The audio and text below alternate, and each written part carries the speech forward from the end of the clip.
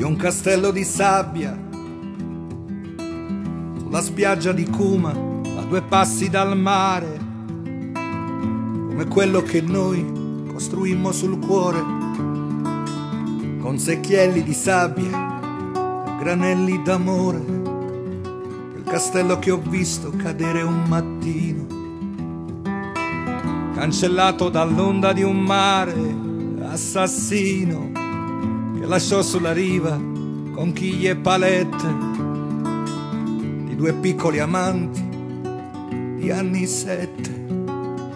È così che il secchiello degli anni di incanto non bastò per raccogliere tutto il mio pianto.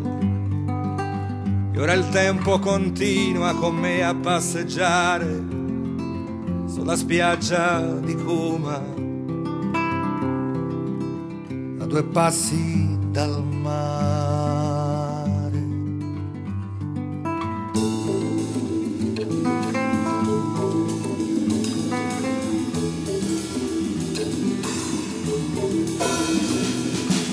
Voglio un castello di sabbia per riscrivere oggi quel sentimento, con la piccola penna di un osso di seppia, sul diario di bordo sfogliato dal vento. E l'inchiostro sarà il blu dei tuoi occhi che lasciasti sul fondo per tingere il mare. Con le stelle marine farò gli asterischi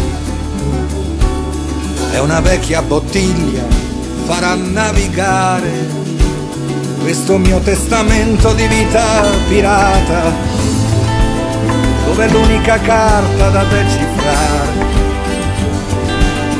è la mappa del cuore che fu seppellita sulla spiaggia di Cuma, a 2 passi dal mare.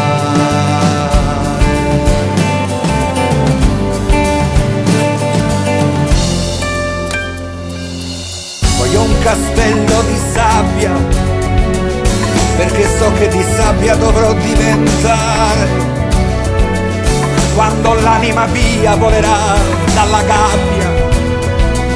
Quel castello sarà il mio ultimo altare, quando all'alba di un giorno non molto lontano, con lo stesso sorriso di quando ero bambino, mi vedrai camminare su un piccolo ponte che arriverà all'orizzonte,